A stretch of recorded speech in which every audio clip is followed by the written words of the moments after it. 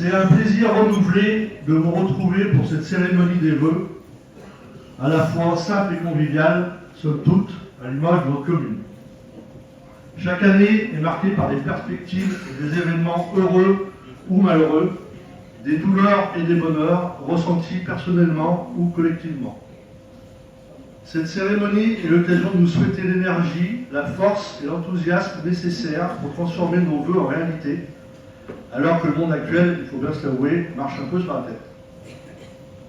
Pour notre commune, l'année qui vient de s'écouler fut une année importante, avec la réalisation et l'aboutissement de beaux projets qui s'inscrivent dans un programme sur lequel nous nous sommes engagés devant vous.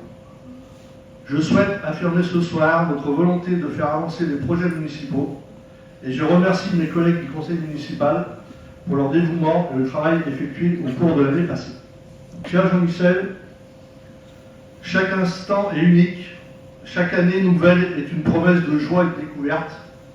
Alors, à titre personnel et au nom du conseil municipal, que 2025 soit pour toi et ta famille une année pleine de réussite et que des milliers de petites joies viennent embellir votre vie. Je conclurai par ce proverbe: battez-vous pour vos rêves, laissez parler les gens, qu'ils disent du bien de vous, tant mieux, et s'ils disent du mal, ils n'ont qu'à regarder un peu pour voir s'ils font mieux.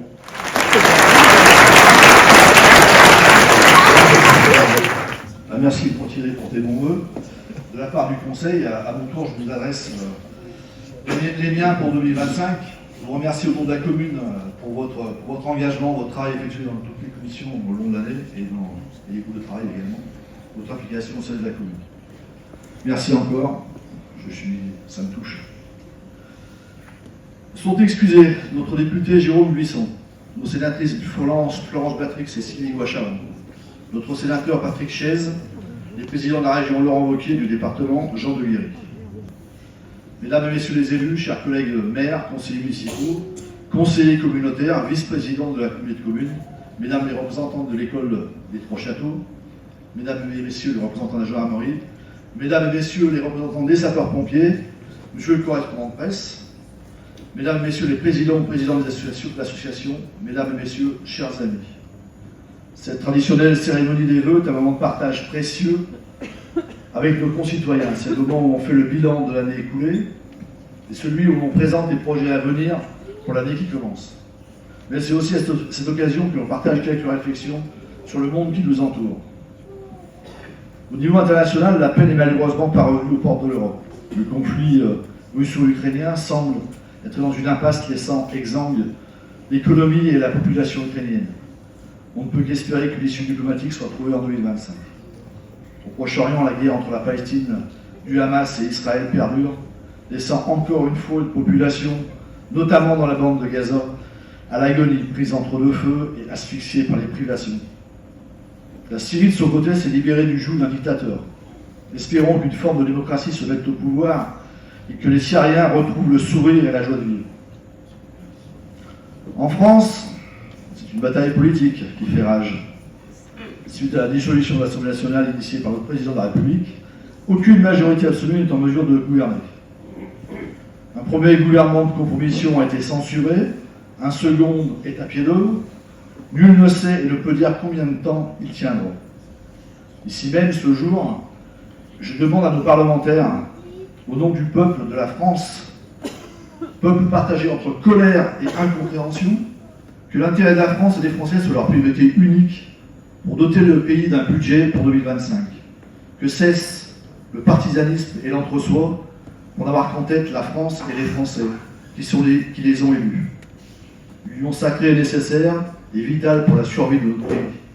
Je parle bien de survie parce que la dette est tellement abyssale, on ne sait pas de quoi demain sera fait. Pendant ce temps-là, à Franchelin, il se passe quand même des choses. Les annexes de la mairie sont terminées avec quelques finitions près. J'ai investi mon nouveau bureau, retrouvé le calme et l'intimité. Les salles de réunion accueillent des gens du public. Il ne reste plus qu'à les doter en mobilier de façon définitive. Même chose pour la bibliothèque où nous espérons bientôt accueillir des volontaires pour organiser et assurer sa gestion. Suivez mon regard. La première phase de réaménagement de la Grande Rue est terminée. Le grand carrefour avec ce rond-point Ces nouveaux trottoirs, ces massifs paysagers et son panneau d'information lumineux sont une grande réussite, nous pouvons nous en féliciter. Quelques belles décorations de Noël imaginées et créées par nos agents techniques sous la conduite et la collaboration de Stéphanie Chauveau sont venues agrémenter le site rénové autour de la mairie. Cela a été très apprécié par la population. Nous pouvons les féliciter et les remercier pour ce travail. Les allées du cimetière d'Amarin ont été refaites.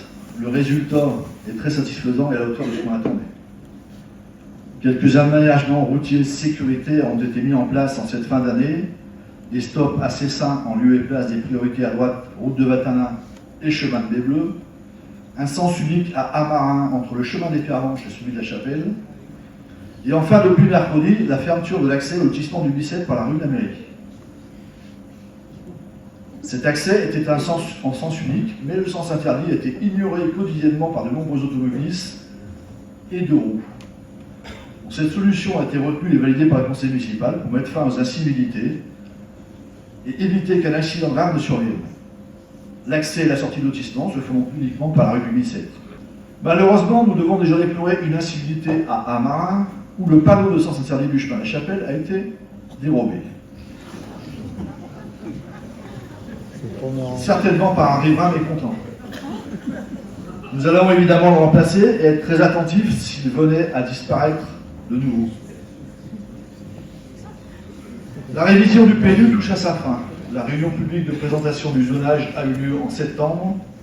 La validation par le conseil municipal se fera en février. Et l'enquête publique réglementaire commencera certainement en mai. Donc si tous les feux sont au vert, il pourrait être opérationnel fin septembre, début octobre. Pour 2025, nous envisageons la réfection complète de la voirie du chemin de Saint-Pierre, l'enfouissement des réseaux aériens de la grande rue côté sud, la végétalisation de la cour de l'école, le remplacement des toilettes publiques rue de la mairie, le remplacement du chauffage de la grande salle de la maison d'amitié par une PAC réversible, par les aérothermes étant vétustes et non réparables, il devient urgent de faire quelque chose. Le remplacement des abribus vétustes et la mise en place d'un nouveau RGTI.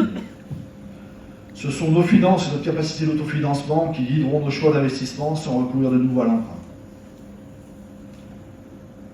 L'auberge de l'Apéum devient un sujet préoccupant. La société Comptoir Campagne, qui devait à terme investir les lieux avec un commerce multiservice, a été mis en liquidation judiciaire en début d'année 2024, nous laissant dans l'expectative quant au devenir de ce commerce. Un couple de restaurateurs locaux, fortement intéressés par le site, nous a contactés au printemps, mais s'est finalement désisté au profit d'un restaurant du Val-de-Saône. Cette dernière déconvenue et les premiers chiffrages des travaux à effectuer pour la réhabilitation du bâtiment ont poussé le conseil municipal à le mettre en vente. Bâtiment que, j'y rassure tout le monde, ne peut être destiné qu'à l'e-commerce. Nous nous sommes donné 6 mois pour parvenir à cette vente.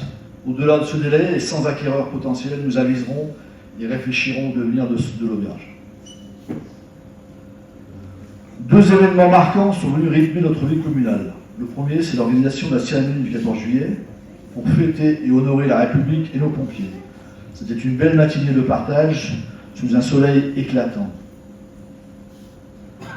Le deuxième, c'est la visite de nos assemblées à Paris le 18 décembre dernier.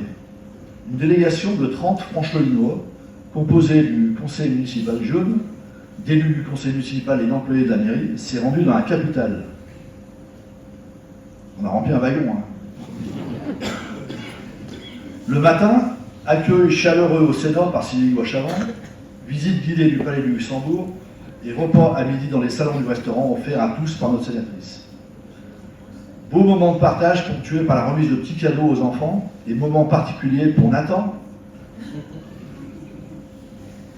qui fêtait ses 10 ans ce jour-là. Il a eu le privilège de souffler ses bougies au Sénat. Il va s'en rappeler toute sa vie. L'après-midi, accueil tout aussi chaleureux à l'Assemblée nationale par Jérôme Buisson, notre député, visite guidée du Palais Bourbon, où nous avons eu le privilège de descendre dans l'hémicycle. Encore merci à nos parlementaires de nous avoir permis de vivre ce moment unique. La fin de la journée a été ponctuée par la visite des Champs-Élysées, illuminée. Vous pourrez découvrir dans le diaporama qui va être diffusé après la cérémonie, des photos de ces beaux moments et puis tout ce qui s'est passé sur Franchelin au cours de 2024. Bon, je tiens à remercier l'ensemble du personnel communal pour son investissement et son travail au cours de l'année 2024. Un petit clin d'œil et remerciements particuliers pour Véronique Greffet et Christophe Châtelet qui ont assuré les remplacements au périscolaire en fin d'année dernière. J'en profite pour remercier encore une fois nos 2 retraités, Patrice et Monique, qui ont pallié maintes fois aux absences d'hiver et souvent en dernière minute. Souhaitons la bienvenue à Laurent Meuret, notre nouvel agent d'accueil qui vient en remplacement d'Élodie Paturel, qui s'est mise en disponibilité pour suivre son mari muté professionnellement en Corse. Laurent, c'est lui qui est en train de filmer. Saluons également l'arrivée de notre nouveau service civique, Génie Anthony, qui œuvre à l'école et au périscolaire depuis novembre. Je remercie également chaleureusement toutes nos associations qui font vivre et bien vivre notre village dans le plaisir et la convivialité, avec tout le dynamisme que l'on connaît. Merci aux forces vives qui les animent. J'en vois plusieurs. Je les ai évoqués dans le bulletin municipal et j'y reviens ce soir brièvement. Je tiens à citer 3 personnes de Franchelin dans le domaine sportif. Tout d'abord Lola Gentin, vice-championne de France de tir à l'arc. Notre ambassadrice au JO de Paris, Laurence Garcia, ex-présidente du Sous des Écoles. Et enfin Laurent Chevalier, que nous allons mettre à l'honneur à l'issue de cette cérémonie, qui a remporté la Coupe du Monde des clubs de tir sur cible subaquatique en Tunisie. Il vous expliquera à la fin de quoi il retourne. Parce que c'est pas une discipline qui est hyper connue, ni très médiatisée.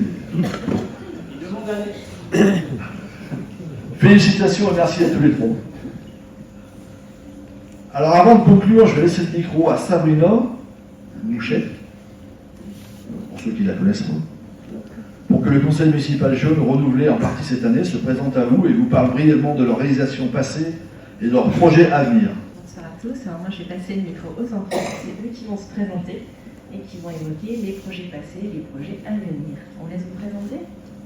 Je vous souhaite une bonne année à tous. Moi je m'appelle Nathan et je suis en CM2. Bonjour, moi je m'appelle Lola et je suis en CM2. Aélis en 6e. Et Anne en 6e. Evan en 6e. Axel en 6e. Bonjour à tous, Valentin Wolf en 6e. Bonjour à tous, je m'appelle Timéo André et je suis en CM2. Voilà, cette présentation, donc on a 2 absents. Normalement, le conseil municipal des enfants est composé de 10 enfants, donc 4 CM2 et 6 6e. Rapidement, des projets passés. Qui est-ce qui veut prendre la parole? On avait un nettoyage aux abords du cité qui a été fait avec l'école, mais qui sera renouvelé cette année.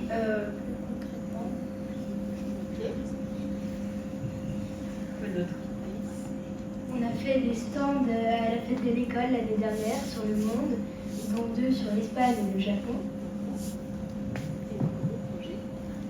Et nous avons donné des noms aux classes, dont le thème est les châteaux, comme l'école s'appelle l'école des 3 châteaux. Très bien. Donc les enfants ont créé des affiches pour nommer les 6 classes de l'école. Donc ça a été un gros projet.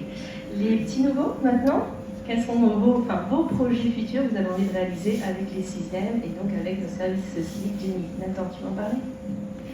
Nous, on va faire des logos pour le conseil municipal jeune. Et donc, on va se mettre d'accord pour un logo.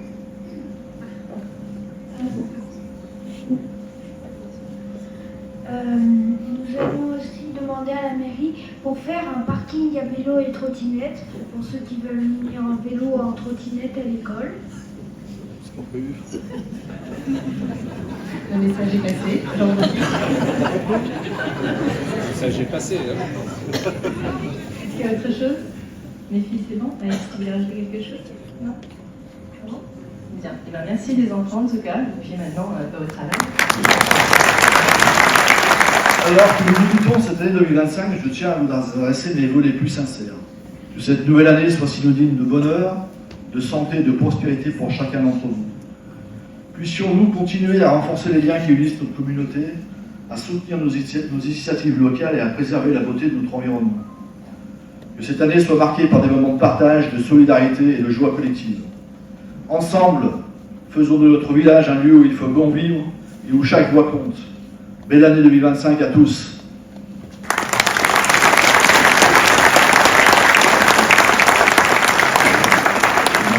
La parole à Jean-Claude Bouchézot, président de la communauté commune Val-de-Saône-Centre. Merci, monsieur le maire, cher Jean-Michel, de me donner la parole pour m'exprimer au nom de la communauté de communes Val-de-Saône-Centre. Cet exercice annuel me permet de relater les principaux dossiers traités au cours de l'année écoulée et d'évoquer ceux sur lesquels nous travaillerons en 2025.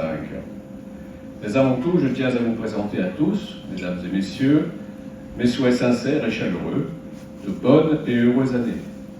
Une année empreinte de joie et de sérénité, que les tracas présents au sein d'une société complexe, comme monsieur le maire l'a évoqué, et souvent sans indulgence, vous soient épargnés.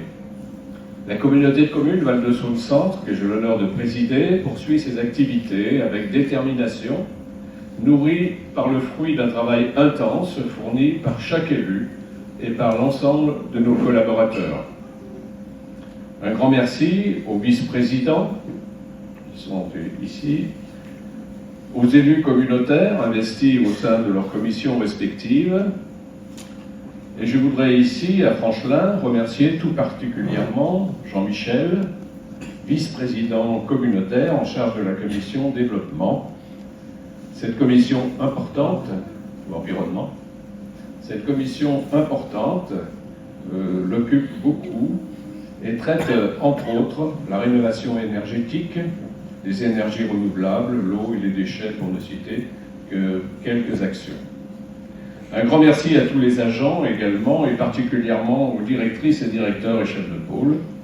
La communauté de communes, qui compte à ce jour près de 80 agents, exige une gestion rigoureuse sous l'autorité de notre directrice générale, présente à mes côtés chaque jour. Contraints par des obligations législatives ainsi que par l'évolution des normes et des compétences confiées aux intercommunalités, nous évoluons au sein d'une administration exigeante, tout en restant à l'écoute de nos populations. Ainsi, au cours de l'année 2024, nous avons finalisé de gros dossiers. Les travaux de la voie bleue, la V50 des bords de Saône, est terminé. Cet itinéraire cyclable et piéton connaît un franc succès. Près de 65 000 usagers ont été dénombrés en 2024. Cet itinéraire est hélas émaillé d'incivilités récurrentes qui pénalisent tous ceux qui respectent cet ensemble. Concernant le développement économique, toutes les parcelles des parcs d'entreprises Visionis à Montmerle-sur-Saône et à Guérin sont occupées. Le parc Actival à Saint-Didier-sur-Chalaronne est en cours de finition. Ainsi, nous accueillons à ce jour 180 entreprises qui génèrent 1900 emplois. Le schéma directeur de la mobilité sur le territoire propose 39 itinéraires sur 117 km. 13 seront connectés à la véloroute des bords de Saône. Les itinéraires mode doux se réalisent progressivement. 2 millions y sont consacrés sur 10 ans, c'est pas négligeable. 800 mètres sont venus compléter l'existant à Montmerle-sur-Saône, par exemple, en bordure de la rue de l'Industrie, réaménagée et sécurisée. Dans le cadre de la transition écologique et énergétique, avec l'aide de nos différents partenaires, les chambres consulaires, l'agence de l'eau, la région Auvergne-Rhône-Alpes, le département de l'Ain, l'ADEME et l'État, nous avons travaillé plusieurs dossiers. La gestion de l'eau et ses nappes souterraines, l'accompagnement d'un projet d'unité de méthanisation porté par 2 agriculteurs à Franchelin, je n'ai pas vu s'ils étaient là, sans doute. Le plan de gestion énergétique de nos bâtiments, qui inclut l'amélioration de l'isolation et une discipline quant à l'utilisation du chauffage et de la climatisation. L'implantation d'aubrières sur les parkings de Visiosport et Actisport, sous la maîtrise d'ouvrage du syndicat SEMLEA, qui est partenaire du syndicat d'électricité de l'Ain, et dont la communauté de communes est également actionnaire. Ainsi, les 4300 m² de panneaux photovoltaïques produiront l'électricité correspondant à la consommation de 220 foyers d'habitation. Le coût de cette opération, porté par le syndicat, s'élève à 1 300 000 €. Le passage en éclairage LED des parcs d'entreprises et des espaces publics se poursuit. Le montant de ces travaux d'éclairage s'élève à une somme globale de 280 000 € depuis le début de la mise en place de ce dispositif. Le volet assainissement constitue toujours un dossier prioritaire. Ainsi, le chantier du transfert des effluents de Bézieux-sur-Saône vers la station de Mognonin sont terminés. Les travaux de mise en séparatif des eaux usées avec les eaux pluviales sont réalisés à Guérin et à Messigny-sur-Saône. Ils se poursuivent à Montmerle-sur-Saône. D'autres communes suivront, bien sûr. Concernant l'assainissement non collectif, 240 foyers d'habitation ont fait l'objet d'un contrôle de fonctionnement, dont 47 à Saint-Didier-sur-Chalaronne, 70 à Élia, 17 à Monceau, 10 à Lurcy et 16 à Chalin. Il n'y a pas sur les communes, ça veut dire que l'assainissement collectif est très bien réparti. Le suivi régulier et intensif de ces contrôles permet une amélioration sensible de la protection environnementale. Tournons-nous maintenant vers 2025. L'activité communautaire va se poursuivre avec son intensité habituelle, encadrée par deux paramètres essentiels. Notre capacité financière, bien sûr, et le plan de charge de chaque service porteur de projet. Le volet mobilité, comme je l'ai indiqué précédemment, fait partie des dossiers prioritaires. Cette année, la V50 de Bordeaux-Saône reliera via Toisset le parc d'entreprise Actival.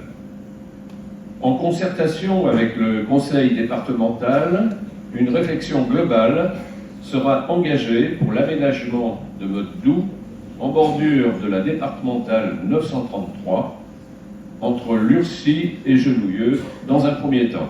L'épineux dossier de la traversée de la Saône pour relier notre territoire à Belleville par un moyen sécurisé pour les piétons et les cyclistes sera abordé, tout comme l'avenir du pont de Belleville. Le bureau d'études missionné par le département du Rhône réunira prochainement les protagonistes des deux rives de la Saône. On doit dire que l'étude de ce dossier, évoquée depuis plusieurs années, est particulièrement attendue. L'étude d'une liaison cyclable reliant la V50 à la Via Rona est engagée.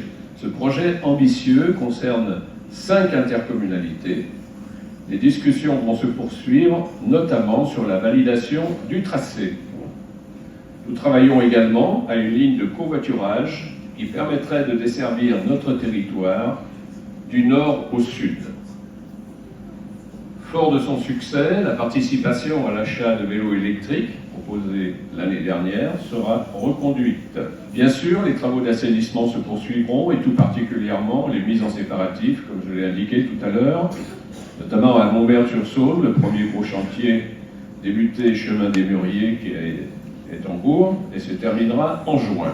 L'étude du parc d'entreprise Visionis 7, situé à Monceau, est engagée en intégrant tous les paramètres incontournables, une étude environnementale, la définition des accès et la réflexion qualitative pour ce parc de 13 hectares. Sachant que nous n'y disposons plus de parcelles à la vente, il devient pour nous primordial de réaliser cet espace d'activité afin de préserver l'attraction économique de notre territoire. Il prévoit l'accueil de 20 à 30 entreprises qui devraient générer entre 200 et 300 emplois. Plusieurs aménagements généraux seront également traités cette année.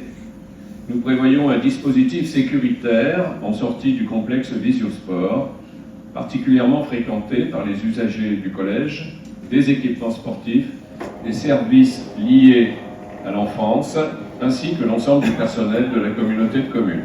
Notre intercommunalité ne cesse d'évoluer.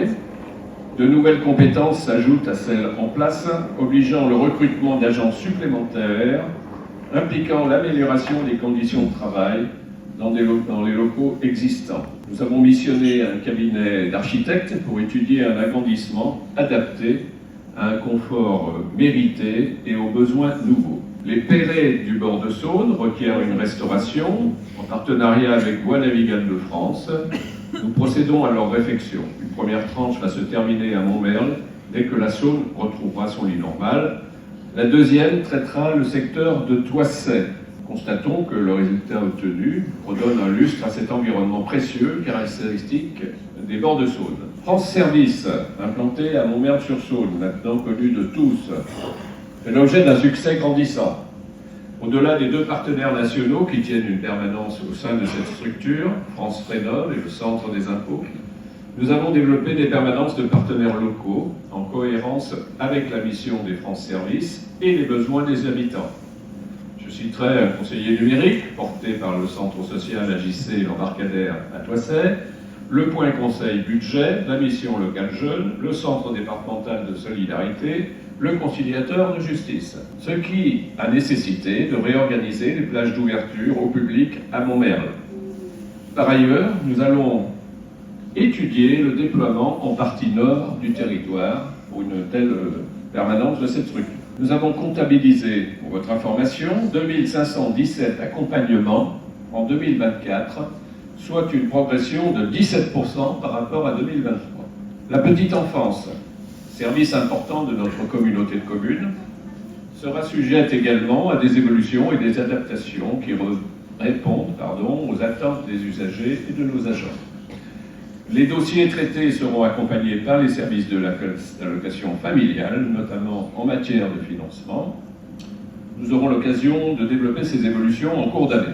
Je ne terminerai pas mon propos, cher Jean-Michel, sans te féliciter, ainsi que l'ensemble de tes conseillers municipaux qui t'accompagnent pour toutes les réalisations terminées ou à venir dans ta commune. L'énumération des différents dossiers que tu viens de citer traduit l'implication constante des élus au profit du bien-être et du développement de Franchelin. Je ne voudrais pas terminer sans indiquer que la commune, maintenant, figure au rang d'exemple dans le domaine de la mode, avec le magnifique défilé de présentation des modèles qui s'est tenu en novembre dernier. J'ai eu l'occasion d'assister et je dois dire que c'était une très belle soirée. Mesdames et messieurs, j'espère vous avoir apporté quelques éclairages sur les activités les plus importantes de la communauté de communes, diverses et variées, vous l'aurez constaté, mais toujours traitées dans un souci d'équité sur l'ensemble du territoire. Je vous remercie de votre écoute.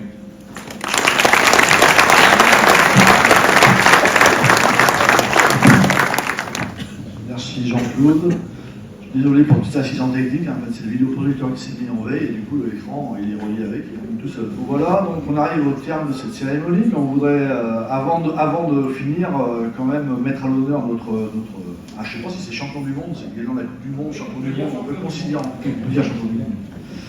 Donc Laurent Chevalier, qui effectivement est franchelinois, donc avec son coéquipier, qui est présent là ce soir, Jean-Luc Jouve, participe à la Coupe du Monde de tir sur cible subaquatique en Tunisie en octobre 2024. Ils ont remporté la première place parmi 80 compétiteurs représentant 8 nations. Je ne me trompe pas. Hein. Ils font partie du club de l'Union des joueurs sauveteurs de la Mulatière, section plongée. Je crois qu'on peut l'applaudir. Hein. Et vous applaudissez un peu tout le monde. Je suis désolé, c'est Laurent, notre concitoyen.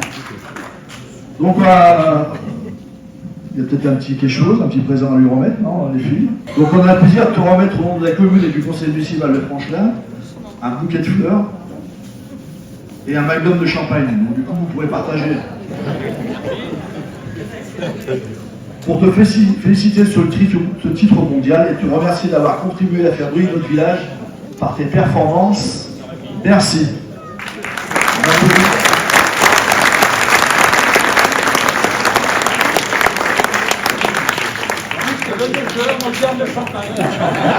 Merci Jean-Michel et merci à tout le conseil municipal. Merci pour le temps passé parce que c'est facile de venir comme ça profiter des fleurs et des cadeaux et enfin, voilà, des félicitations, mais j'avoue que moi je passe pas beaucoup de temps pour la commune et je remercie d'autant plus tous ceux qui passent leur temps et on ne fait pas assez en général, et donc merci à tous. Et mes meilleurs voeux à toute l'Assemblée. Et donc voilà, le tir subaquatique, je vais faire très bref, je vous rassure. À la base, c'est dans les années 60 des chasseurs sous-marins qui ont mis ça au point, puisque l'hiver, quand ils ne pouvaient pas aller chasser, ils se sont mis d'abord en mer, mais ensuite très rapidement en piscine, pour s'entraîner et donc tirer sur des cibles avec des arbalètes de chasse sous-marine qui ont été modifiées. Et donc on fait ça en apnée dans des piscines classiques de 25 mètres la plupart du temps, même si en Tunisie c'était des piscines énormes. Dans une piscine de Tunisie, on peut mettre 5 piscines de 25 mètres de chez nous, donc des lignes d'eau sur 50 mètres. Donc voilà, ça s'est passé d'une manière mais vraiment extraordinaire. On était là-bas, Jean-Luc, on pouvait s'inscrire à l'équipe de 2 ou de 3, puisque c'est la première compétition qui a été validée par la CMAS, qui est l'organisme mondial des activités subaquatiques. Et comme notre discipline est très jeune, c'est la première fois qu'une activité comme ça, une compétition mondiale a été validée par cet organisme. Et donc c'est la Tunisie qui a organisé ça. Et donc on s'était dit avec Jean-Luc, si on peut ramener un podium, ce serait parfait. Et là tout s'est tellement bien passé pour nous qu'on a carrément ramené le trophée, qui est donc exposé vers l'entrée avec quelques petites fiches explicatives. Et puis vous pouvez trouver aussi sur internet, en tapant par exemple clip officiel tir subaquatique, vous pouvez trouver des images vidéo, c'est beaucoup plus parlant. On a plusieurs épreuves, on a de précision qui consiste juste à faire 10 tirs de précision, donc là il n'y a pas de difficulté en apnée. Ensuite l'épreuve la plus difficile c'est le biathlon, où là on part de 15 mètres de la cible en apnée, donc avec l'arbalète chargée. Et ensuite, on fait notre tir et on revient 15 mètres en arrière. Donc on a fait 30 mètres d'apnée, il faut faire 3 parcours comme ça à la suite. Donc là, c'est très exigeant au niveau de l'apnée et aussi au niveau de la précision, puisqu'il faut être à la fois rapide et précis. Et ensuite, il y a une épreuve de super biathlon qui est vraiment de la vitesse. Donc au lieu de 3 parcours, c'est 5 parcours, et au lieu de 15 mètres, c'est 10 mètres. Et là, il faut remplir un contrat de mettre les 5 tirs dans les points. Donc voilà. Et enfin, il y a une épreuve de relais où là, on se relaye sur la base des 15 mètres du biathlon, et on doit faire au moins 3 tirs chacun quand on est 3. Normalement, on est ces équipes de 3, mais nous, on pouvait y être qu'à 2, et donc voilà. Et on a remporté donc au final ce titre, et on en est très fiers. Voilà. Merci encore à tous, et puis à votre disposition. Si on a des questions, je suis à votre disposition assez tard, et puis même plus tard, je suis sur l'annuaire, donc vous pouvez me trouver, vous pouvez m'appeler, vous me poser des questions, et je peux même faire après éventuellement ceux qui sont vraiment très intéressés, des initiations, puisque bien sûr on est habilité pour faire des initiations. Merci encore.